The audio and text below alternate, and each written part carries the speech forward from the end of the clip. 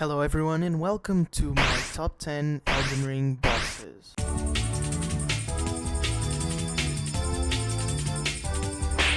Bosses in Elden Ring are one of the most, if not the most important thing in the whole game. So I've decided that today we're going to do my top 10 favorite bosses tier list. Starting at number 10 we have Margit the Fell. For me, Margit is the perfect boss to start a Souls game.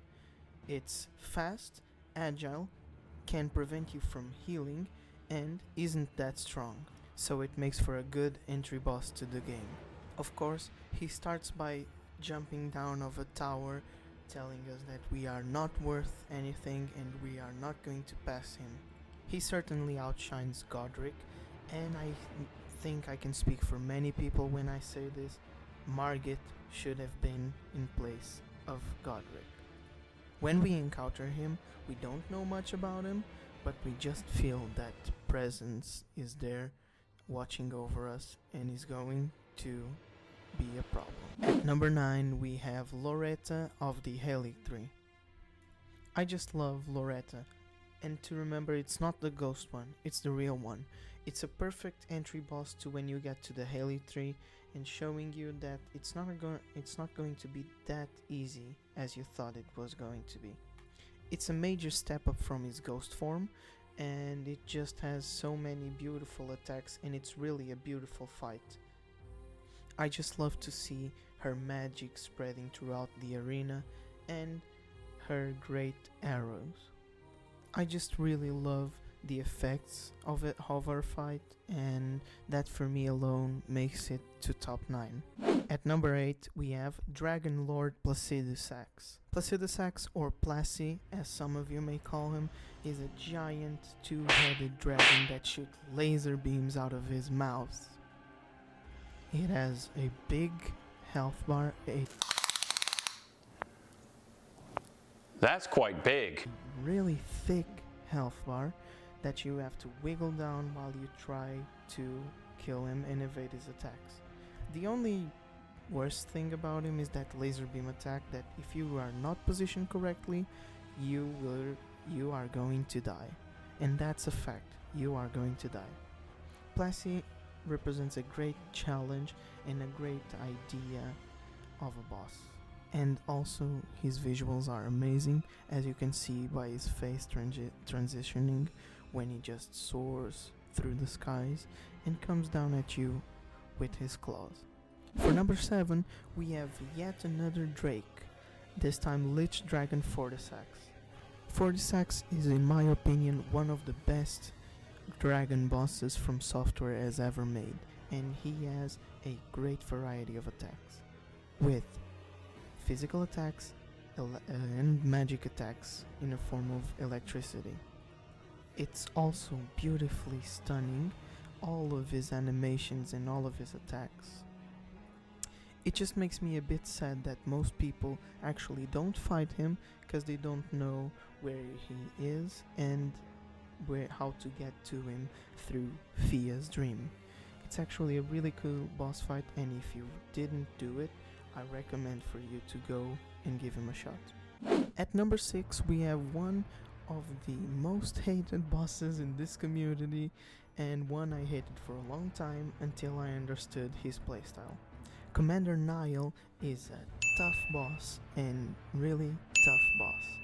He starts with 2 summons, and although those are just 2 summons, they are actually really hard to kill. They have an amazing attack power, but once you kill them, it's only better. Because once they're dead, Neil transfers to second phase. In his second phase, he just starts jumping around and using all those frost attacks, and it's just beautiful. I had a really tough time killing him most of my playthroughs, but once I got his attack pattern down and understood how to dodge his attacks, that made for a fucking fun boss fight. It was really good. Number 5 is an interesting one. Number 5 is Elden Beast. Elden Beast, as the name suggests, is a fucking beast. He's a huge ass dinosaur looking guy. He uses a different variety of attacks. Some of them suck, that's why he's not up there on the tier list, like Elden Stars. I don't like Elden Stars. But apart from that, Elden Beast is a great final boss to this game. Not just in the music, but his great arena that reminds me of Ash Lake from Dark Souls 1. His incredible attacks that make it so much rewarding when you learn how to dodge them and how to avoid them. And if you're not paying attention, you are just going to die. Number 4 is one of my actual favorite bosses of all time, Dragonkin Soldier of Noxtella.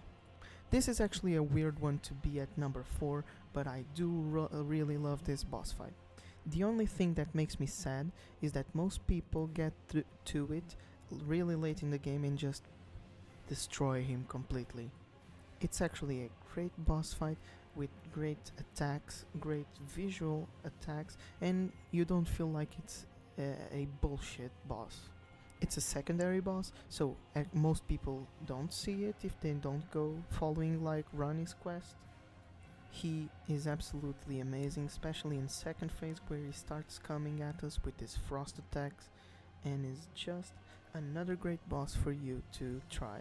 Finally, the top 3 bosses, and here we have Malenia, one of the most hated or most adored bosses in all of Elden Ring.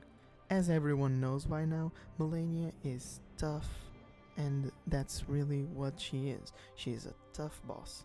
But that makes it so much more rewarding when you get her moves down and you learn how to dodge it. Especially that waterfall dance. And you just don't have to be spamming dodge roll to dodge that attack. You can walk at some parts of it. It's really a precise fight. It really feels like a dance battle. More a dance than a battle. It really is amazing. Not to talk about the beautiful, stunning visuals and her beautiful attacks when she gets into her second phase. It has a hard learning curve. It's going to be hard, but it's going to be that much rewarding when you finally beat her. And a tip, Malenia can be easily staggered if you have a high attack build. She is staggered like most NPCs, so try that.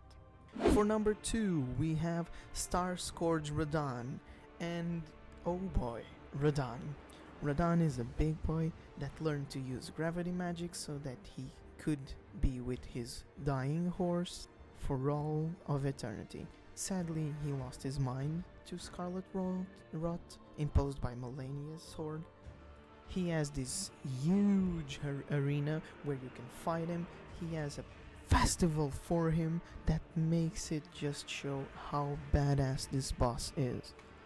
If you don't know how to fight him, he's actually a tough boss, and most people will actually find him through most of the early game and will be utterly destroyed. You can summon lots of people to his fight.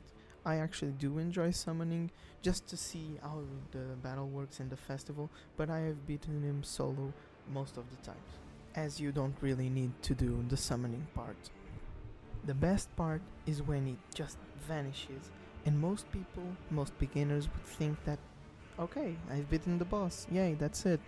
But then he just comes through the sky, probably one-shotting you when it gets down, has a fucking star. That for me is the cherry on top of the cake that Radahn is. And finally, for my top 1 boss, we have Morgoth, the Omen King. Yeah, I can hear you. Morgoth, it's a simple boss. Fuck it. Morgoth is my favorite boss because I loved learning how to fight him and I loved his fight. And for his backstory, he is an omen. No one knows he is an omen, but everyone worships him. If they knew, and there's actually a questline where an NPC gets to know that Morgoth is an omen and starts to hate him. But he is the loyal protector of the Earth Tree. He is the loyal king of Lindell. He is an omen with a fucking hard childhood, and he is just badass. Seeing his cane transform into a fucking sword the first time was amazing. It was really awesome seeing him again, especially Margit being a great first boss. I just really love him, and I don't know how people can sometimes hate on him. It's just really great. You can actually know how loyal he is, that he feels ashamed to stain the thrones with his curse when we beat him to a certain point in the fight, like you can see on this voice lines.